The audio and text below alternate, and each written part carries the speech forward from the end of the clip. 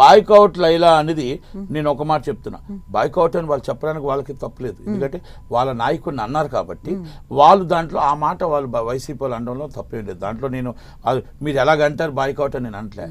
వెంటనే రియాక్ట్ అయ్యాడు హీరో, క్షమాపణ చెప్పాడు, ప్రొడ్యూసర్ క్షమాపణ చెప్పాడు. అయిపోయిన తర్వాత సినిమా ఆడలేదా ఆడిందా పక్కన పెట్టేయండి, రేటింగ్ తక్కువ ఇచ్చారా ఎక్కువ ఇచ్చారా పక్కన పెట్టేయండి. రేటింగ్ ఎవరు డబ్బులు ఇస్తే వాళ్ళే రేటింగ్ ఇస్తున్నారు ఈ రోజుల్లో, వాళ్ళ కోసం మనం పెద్దగా పట్టించుకోవాల్సిన అవసరం లేదు. సూపర్ డూపర్ హిట్ సినిమాకి కూడా 1.5 ఇస్తున్నారు డబ్బులు ఇవ్వకపోతే, ఫ్లాప్ సినిమాకి కూడా 3 to 5 ఇస్తారు డబ్బులు ఇస్తే. అంటే నేను ఫ్రాంక్గా చెప్తున్నా ఇది. అలాగా ఇవన్నీ కూడా ఉన్నాయి కాబట్టి నేనేమంటున్నానంటే కాంట్రవర్సల్ కాదు. మీరు బాయ్కౌట్ లైలా అవ్వచ్చు, బాయ్కౌట్ ఇస్ మూవీ ఏదైనా అవ్వచ్చు, కంటెంట్ బాగుంటే సినిమాని ఆపలేరు. దేవరాకి మీకు ఒక ఉదాహరణకు మీకు తెలుసో లేదు, దేవరా సినిమాకి 1 గంటకు స్టార్ట్ అయిన సినిమా 3 గంటల్లో 320 ట్రోల్స్ చేశారు. 320 ట్రోల్స్ చేశారు. అందుకే నేను సెల్ ఫోన్లో నాట్ అలౌడ్ ఇస్ బెనిఫిట్స్ కానీ, ఎందుకంటే ఒక 5 నిమిషాలకు హీరోయిన్ రాలేదు మామ, 1000 రూపాయలు బాటిల్ డబ్బులు పోయాయి మామ అంటే సినిమా బోరు మొత్తం టోటల్గా అంటే మొత్తం అంత ట్రోల్స్ చేసి సినిమాని మొత్తం టోటల్గా సూపర్ ఫ్లాప్ 11 o'clock షోకి మీరు నమ్ముతారు ఎవరో అప్లికేషన్స్ టికెట్స్ కూడా నేను ఫ్రీగా ఇవ్వాల్సి వచ్చింది. ఎవరో అప్లికేషన్స్ వస్తాయి కదా టికెట్లు తీసుకుంటాం, ఆ తీసుకుని వాళ్ళకి ఇవ్వాల్సింది టికెట్లు ఫ్రీ ఇచ్చాం. అంటే వెళ్ళట్లేదు ఎవరు సినిమాకి.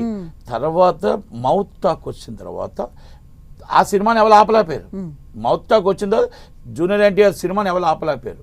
పుష్ప కూడా అదే వచ్చింది. పుష్ప హెవీ కలెక్షన్స్ వల్ల మనకు అది కనబడలేదు. సినిమా ఇస్ మౌత్ టాక్ వచ్చిన తర్వాత వారం తర్వాత తేలిపోతాయి సోషల్ మీడియా కామెంట్స్. అందుకే సోషల్ మీడియా కామెంట్స్ కానీ ఇంకోటి కానీ ఒకప్పుడు అమెరికాలో ఉండే రేటింగ్ చూసి సినిమాకి వెళ్ళారు. ఇప్పుడు రేటింగ్ ఇస్ ఫేక్ అని అర్థమైపోయింది. మీరు ఫ్రాంక్ గా మాట్లాడుతాను, రేటింగ్ ఇలా ఇస్తున్నారు డబ్బులు ఇస్తే అని చెప్తున్నారు కదా. ఫ్రాంక్ గా ఇంకొక విషయం చెప్పండి, అసలు ఈ కలెక్షన్స్ మొత్తం చూపిస్తారు కదా, 1000 crores ఫేకే. మరి ఎందుకు కరెక్ట్ అని చెప్పట్లేదు, అది కదా అంటున్నాను. అది ఏం ఉపయోగం, జనాలు థియేటర్కి వచ్చి ఇప్పుడు నేనేమంటున్నానంటే ఇప్పుడు నాకు ఇవాళ 186 కోట్లు అన్నారు. 186 కోట్ల వల్ల అయ్యో 186 కోట్లు వచ్చిందని జనాలు వచ్చి లైన్ కట్టి కొట్టుకుంటారా? ఆ లైన్ కట్టి థియేటర్కి వచ్చేస్తారా? లేకపోతే 5 కోట్లు అంటే సినిమాలు జనాలు రారా?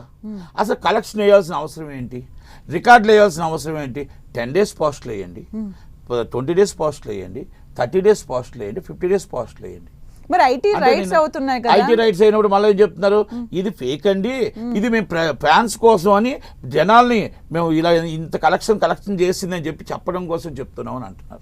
మరి ఈ రోజు హైయెస్ట్ గా అంటే ఫ్రాంక్ గా చెప్పాలంటే ఎంతవరకు మనకు హైయెస్ట్ కలెక్షన్స్ వచ్చి ఉండొచ్చు? ఏ మూవీ అయినా పర్లేదు, మూవీ నేమ్ తీసుకోకుండా చెప్పండి, ఒక హైయెస్ట్ కలెక్షన్స్ ఎంత ఉండొచ్చు? నేను ఒక్క మాట చెప్తానండి, వీళ్ళు ఇన్కమ్ ట్యాక్స్ కట్టింది చెప్పాలా, వచ్చిన కలెక్షన్ చెప్పాలి. వచ్చిన కలెక్షన్ చెప్తే వాళ్ళు బాధపడతారు. ఇన్కమ్ ట్యాక్స్ కట్టిన కలెక్షన్ చెప్తే 700 కోట్లు దాటలేదని నేను అంటున్నా. 7 నుంచి 900 కోట్లు దాటలేదు, 1000 బిలో తప్ప 1000 దాటలేదని చెప్తాను నేను. ఎక్కడ దాటింది?